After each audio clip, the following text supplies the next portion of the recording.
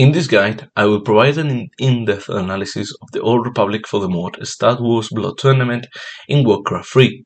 The guide ranges from the disposable inventory of the early game to the galactic heroes that define the late game. We begin with the economic vanguard, so-called gold units, which constitute the foundation of your army. They purchase with standard gold income and are essential for establishing board presence. We begin with the angry citizens, which cost little to no gold, and it is the definition of cost efficiency. You place 4 bodies on the field, their primary function is not to kill, but to die slowly enough for your better units to do the work. They have 15 to 25 crude damage and a fast attack speed. They can actually threaten light armor targets if they manage to surround them. Crude damage often struggles against fortified armor, so do not expect them to breach heavy tanks. They possess 300 hit points and light armor. It is typically vulnerable to piercing attacks, blaster damage, and so on. They benefit from close combat upgrades, meaning they scale alongside your other melee infantry.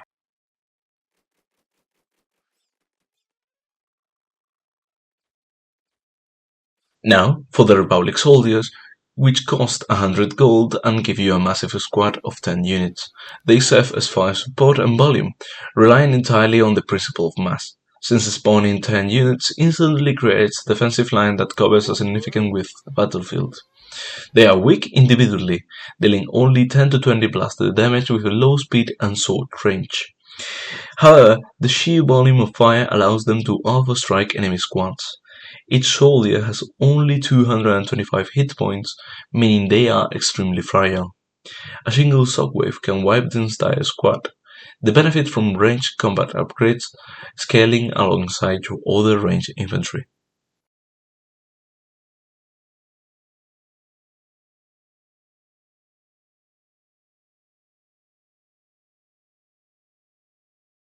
The old droids cost 50 gold as well, and they are basically disposable chaff.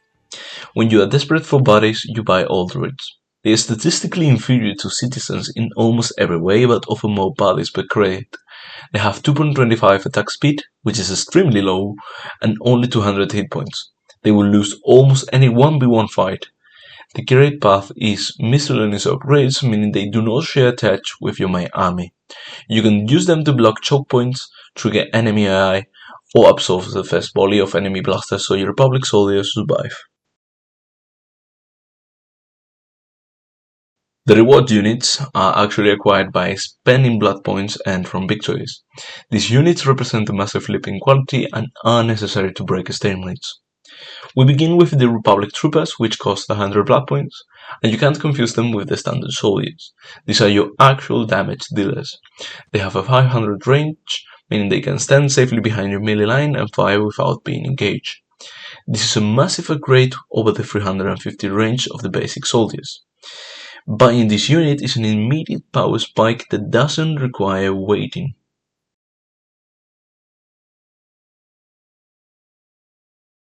We then have the Padawans with Jedi drones, which cost another 1000 blood points, and serve as your front-line duelist. It is your first entry into Force user warfare. This unit trades raw health for damage mitigation. They have amazing survivability. While they only have 300 hit points, they possess a 200 shield and a 30% chance of blocking an attack. This makes them deceptive. They can survive far longer than the edge bars suggest against fast attacking enemies. They deal 15 to 25 lightsaber damage with cuts through most armor types efficiently.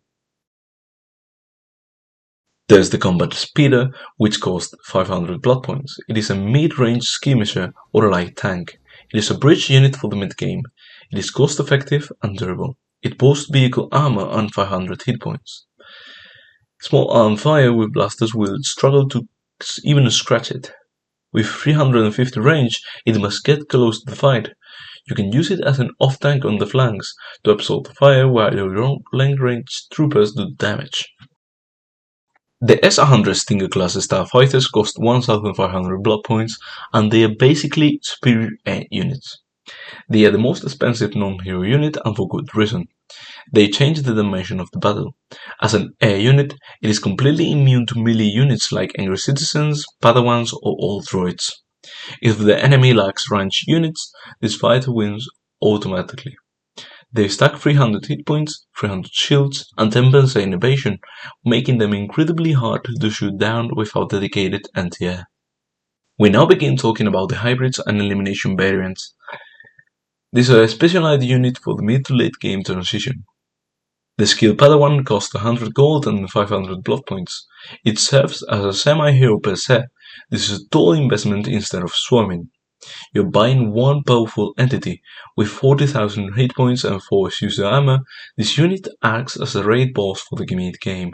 It effectively has the durability of 5 standard Padawans combined.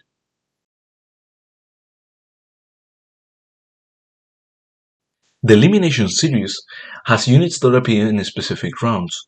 They are designed for immediate, overwhelming power. I won't delve too much into them, but for example, we have the Padawan with Jedi Drone costing 750, which is cheaper than the base model and comes with 5 upgrades. The Heavy Combat Speeder is a massive upgrade over the standard Speeder. The health bar jumps to 1500, armor to 5, and range to 450. It transitions from a skirmisher to a main battle tank. The S-100 Stingers get you 4 ship instead of 3 for the same price. This is a 33% draw power increase, essential for winning air wars. We now enter the hero phase. You may only field limited heroes, and they are the centerpieces of your strategy. Bastila Shan, for example, costs 15,000 blood points. It is the army destroyer. It is an ultimate answer to swarm strategies. Her attacks damage multiple enemies at once. Without this, she would get bogged down fighting 50 hungry citizens.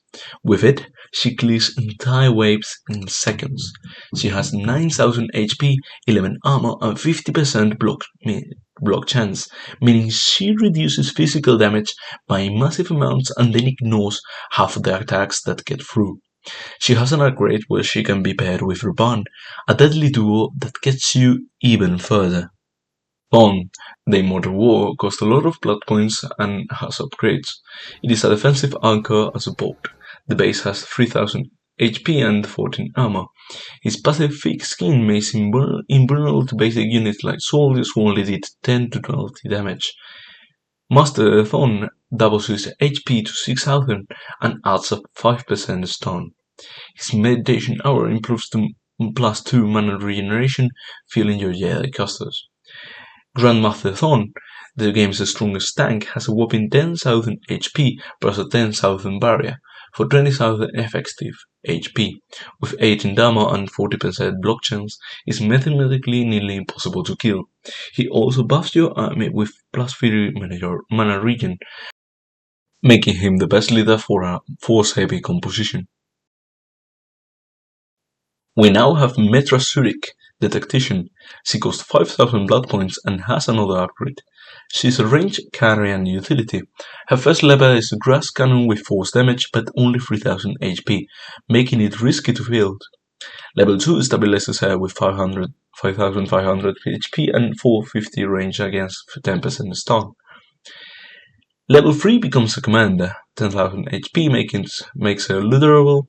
She gains Truth Eye to counter-style units and Force Push to keep enemies away. Plus, she gives her second hero, Kreia, to squad. Kreia has 550 range, 0.75 attack speed, basically a machine gun, and reduces enemy armor. Together they form a ranged deathball that permanently stuns and shreds armor. Finally, we have Ruban, the duelist skin. He costs 50,000 blood points, and we may call him an anti-hero or boss killer. Bastila may kill armies, but Ruban kills Bastila. His attacks cannot miss. These hard counters units relying on evasion. Enemies attacking Ruban take damage in return. This makes him dangerous to focus fire on. With 320 damage and 1 speed, he melts high health targets faster than any other hero. Use him to hunt enemy tanks and heroes. This has been all for the guide about the Old Republic. More guides are in the works. If you like my work or want to make me some suggestions, feel free to do them in the comments or any other way possible. Thanks for watching, and I'll see you in the next one.